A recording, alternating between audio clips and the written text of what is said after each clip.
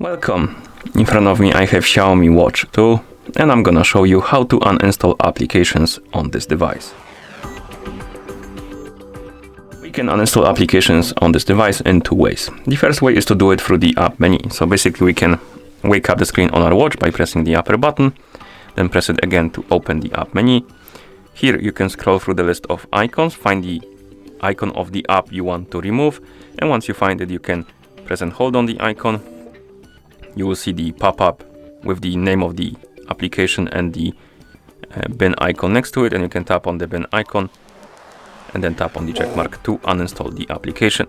And you can also do this through the settings. So we can enter the settings. Let's actually exit the editing menu, then enter the settings, tap on apps and notifications, and here find the option called App Info. Tap on it.